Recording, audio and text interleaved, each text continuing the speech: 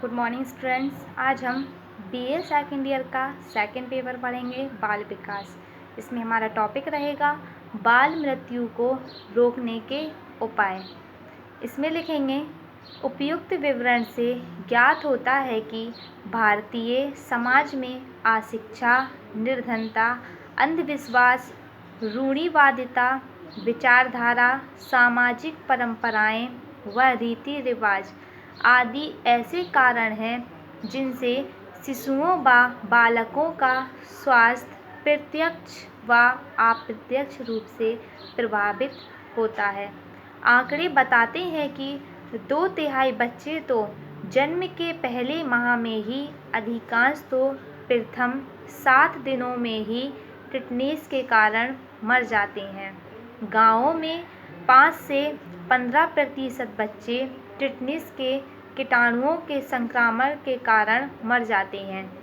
हमारे देश में 40% शिशु कम भार के 1.5 से 2.5 किलोग्राम पैदा होते हैं, जबकि सामान्य शिशु का भार 3 किलोग्राम होना चाहिए।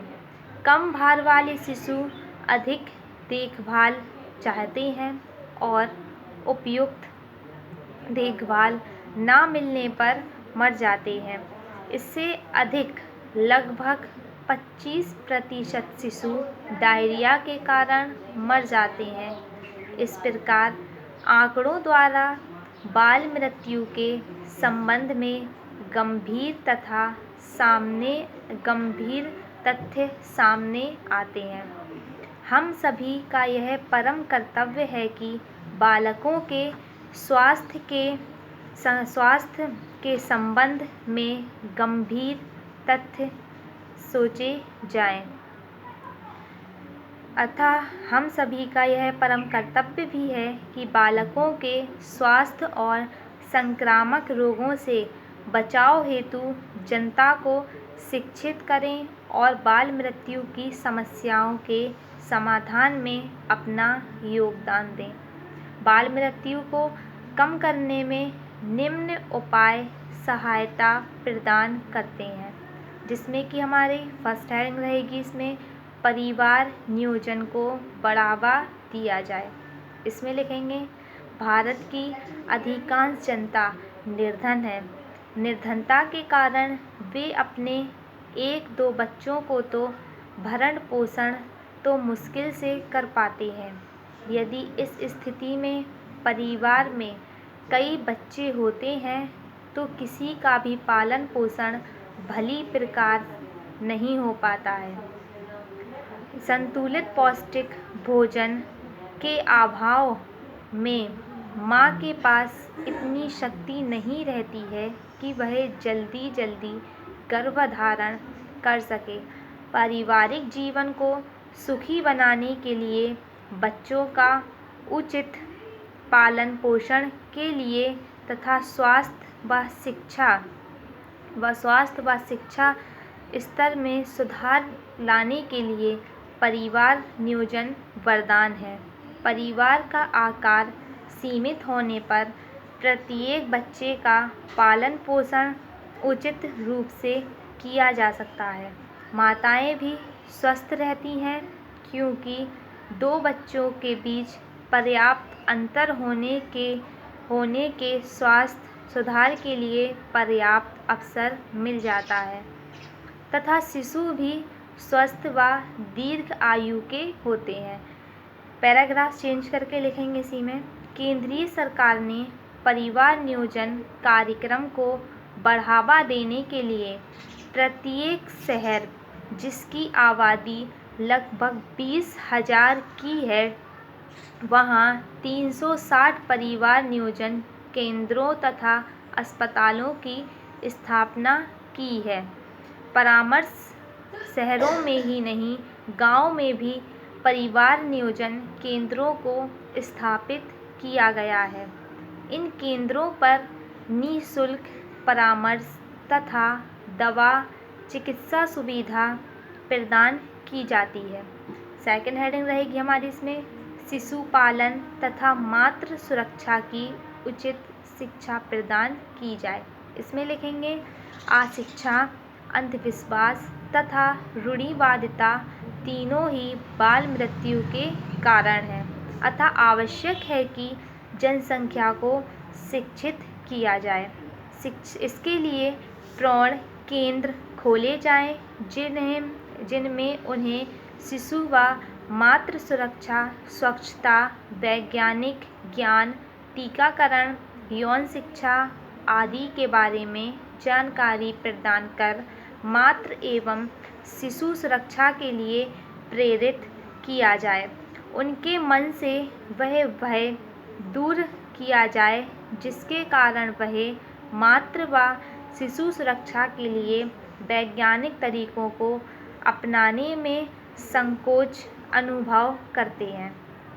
थर्ड हेडिंग आएगी इसमें हमारी, रोगों से बचाव हेतु शिशुओं का समय पर टीकाकरण कराया जाए। इसमें लिखेंगे भारत देश में शिशु मृत्यु का एक प्रमुख कारण संक्रामक रोग भी है। इसकी रोकथाम का सबसे सरल उपाय टीकाकरण है। टीकाकरण द्वारा शिशुओं 6 गंभीर बीमारियों, कोष्ठक में लिखेंगे तपेदिक, डिप्थीरिया, पोलियो, टिटनेस, काली खांसी और खसरे से बचाया जा सकता है। प्रत्येक बच्चे को 1 वर्ष की आयु पूरी होने से पहले सभी टीके सही खुराक और सही अंतर पर लगवाने चाहिए। यदि सभी टीके शिशुओं को 1 वर्ष के अंदर लगवा दिए जाएं, तो संक्रामक रोगों द्वारा होने वाली बाल मृत्यु दर को कम किया जा सकता है। लास्ट हेडिंग रहेगी हमारी इसमें, बाल कल्याण केंद्रों की स्थापना की जाए। इसमें लिखेंगे बाल मृत्यु की समस्या के निदान के लिए सरकार को जगह जगह पर बाल कल्याण केंद्रों की स्थापना करनी चाहिए। इन केंद्रों पर बाल विशेषज्ञों और अनुभवी व्यक्तियों को नियुक्त करनी चाहिए तथा उनके साथ कार्य करने के लिए स्वास्थ्य निरीक्षकों तथा प्रसविकाओं की नियुक्ति करनी चाहिए, जहां आकर स्त्रियां विशेषज्ञों से अपने बच्चों के स्वास्थ्य व सुरक्षा के बारे में सलाह प्राप्त कर सकें।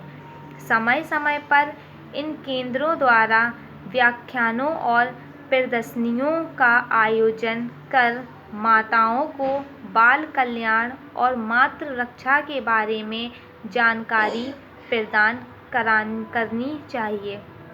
बाल कल्याण केंद्रों पर ही एक प्रसूति गृह भी होना चाहिए, जहां गर्भवती माताएं प्रसव करा सकें और प्रसव के बाद यदि शिशु कमज़ोर है तो उसके स्वास्थ्य लाभ के लिए वहां 10 से 15 दिन रह सकें।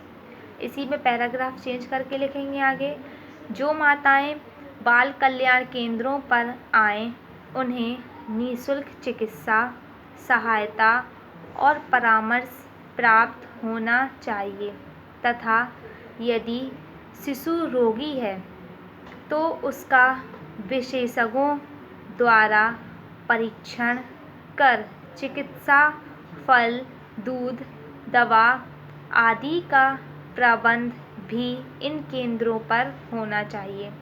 इन केंद्रों की स्वास्थ्य निरीक्षकों और प्रसविकाओं को समय समय पर अपने क्षेत्र की महिलाओं के घरों पर जाकर उन्हें मातृ व शिशु कल्याण के संबंध में समुचित जानकारी प्रदान करनी चाहिए।